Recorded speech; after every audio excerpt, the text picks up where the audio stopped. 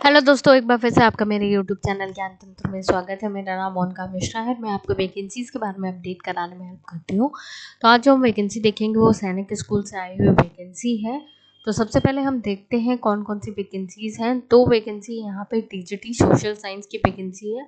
आप लोग को पता है कि सैनिक स्कूल हो गए, ये सब कॉन्ट्रैक्चुअल बेसिस पर ज़्यादा वैकेंसीज निकालते हैं in comparison to regular basis. तो ये कॉन्ट्रैक्चुअल वैकेंसी है और जो वैकेंसी की कैटेगरी है वो अनरिजर्व्ड है, कोई भी अप्लाई कर सकता है और नंबर ऑफ वैकेंसी सिर्फ एक है। और साथ ही साथ यहाँ पे देखिए दूसरी जो वैकेंसी हमारी काउंसलर की वैकेंसी है जो कि कॉन्ट्रैक्चुअल बेसिस है और वैकेंसीज क्या है 1 है, लेकिन ये रिजर्व्ड है आपके ओबीसी कैंडिडेट के लिए। तो आप ये समझिए कि आपके लिए टीजीटी सोशल साइंस की आपकी वैकेंसी है जिसमें अनरिजर्व कैटेगरी वाले अप्लाई कर सकते हैं।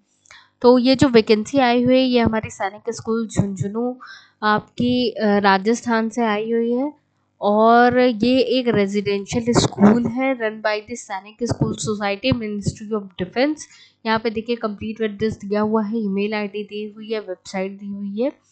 तो ये जो हमारी टीजीटी सोशल साइंस की वैकेंसी है इसमें हम देख लेते हैं क्या एलिजिबिलिटी मांगा है। तो सबसे पहले यहाँ पे देखिए कि 4 ईयर ऑफ या तो 4 year of integrated degree course और B Ed of regional college of NCERT, मतलब कि आपका जो इंटीग्रेटेड कोर्स होता है बीएड का वो होना चाहिए विद एटलीस्ट 50% एग्रीगेट मार्क्स, या ग्रेजुएशन आपका होना चाहिए in arts with minimum 50% mark and with the 2 subject out of geography, political science, economics, sociology.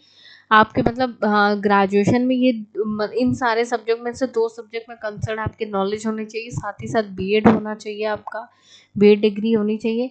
Next देखिए ऑनर्स ग्रेजुएशन आपने किया हो किसी भी सब्जेक्ट से, मतलब या तो ज्योग्राफी से या तो पॉलिटिकल साइंस या इकोनॉमिक्स या सोशियोलॉजी या हिस्ट्री से 50% मार्क्स होना चाहिए, साथ ही साथ बीएड होना चाहिए। और यहाँ पे और नेक्स्ट जो कैटेगरी है हमारी, नेक्स्ट जो कंडीशन है पोस्ट ग्रेजुएशन होना चाहिए with 1 subject out of geography, political science, economics, sociology, history with at least 55% marks and 3 year of integrated BEd या एमएड होना चाहिए। तो ये चीज़ देखिए ये है आपकी क्वालिफिकेशन मांगी गई है। साथ ही साथ यहाँ पे पे स्केल देखिए आपकी 63,758 बहुत अच्छी पे स्केल है, पर मंथ है। अवेलेबल अकोमोडेशन भी आप लोग को दिया जा रहा है और food in the provided should be provided in the campus as per schools description. तो ये चीज़ अच्छी चीज़ है। तो पे स्केल जो आपकी होगी ऑन द बेसिस ऑफ 7 पे कमीशन। एज लिमिट यहाँ पे देखिए 21 से 35 ईयर मांगी गई है और तो 21 टू 35 ईयर आपकी एज लिमिट है। साथ ही साथ यहाँ पे देखिए एडिशनल चीज़ें जो मांगी गई है, आपका सीटेट क्वालिफाई होना चाहिए, सीटेट या एस्टेट क्वालिफाई होना ही चाहिए आपका। Proficiency in teaching and English medium, मतलब कि आपको इंग्लिश में पढ़ाने की आपके अंदर काबिलियत होनी चाहिए। साथ ही साथ डिज़ायरेबल मांगा गया है कि वो तो एसेंशियल था, लेकिन ये अगर हो तो बहुत अच्छी बात है। पीजी डिग्री इन ज्योग्राफी या ऑनर्स ग्रेजुएशन इन ज्योग्राफी या एक्सपीरियंस होना चाहिए। साथ ही साथ आपको कंप्यूटर की नॉलेज होना चाहिए और एक्स्ट्रा करिकुलर एक्टिविटीज़ में भी आपका योगदान होना चाहिए।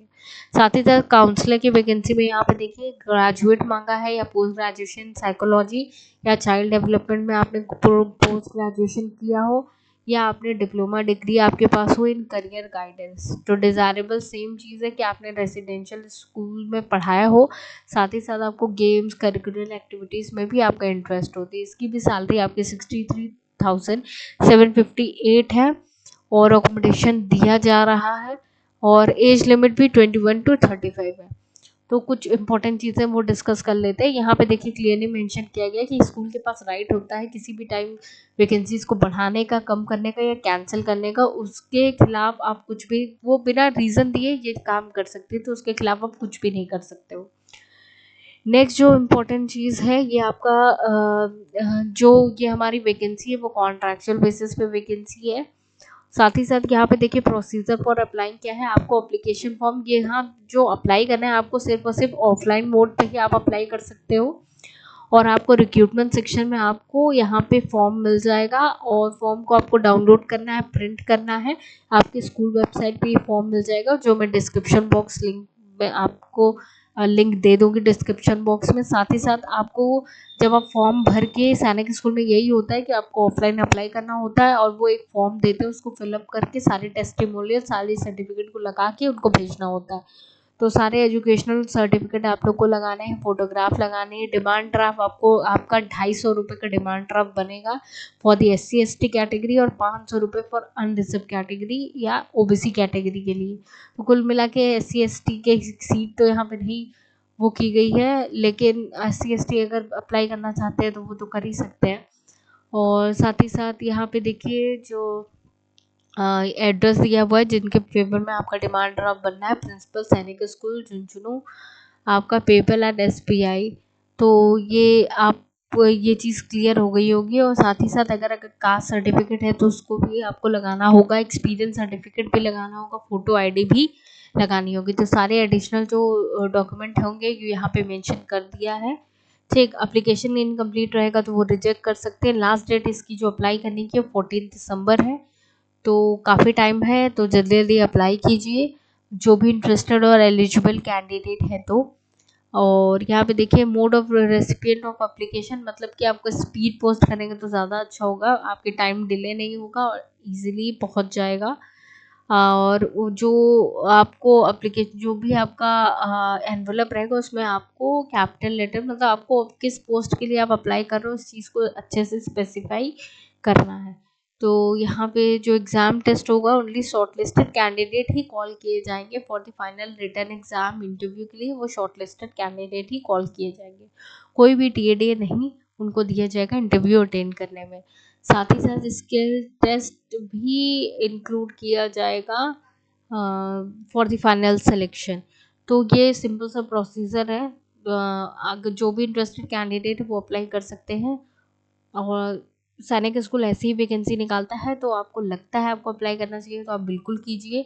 और जितने भी एलिजिबल हैं और सुटेबल कैंडिडेट हैं उनको अप्लाई करना चाहिए। और एक एक आप कह सकते हो कि एक्सपीरियंस ही बिल्ड होता है, कम वैकेंसी है और तो ये थोड़ा सा नेगेटिव पॉइंट है, लेकिन एलिजिबल और इंटरेस्टेड कैंडिडेट अप्लाई कीजिए और एक एक्सपीरियंस ग्रैब कीजिए।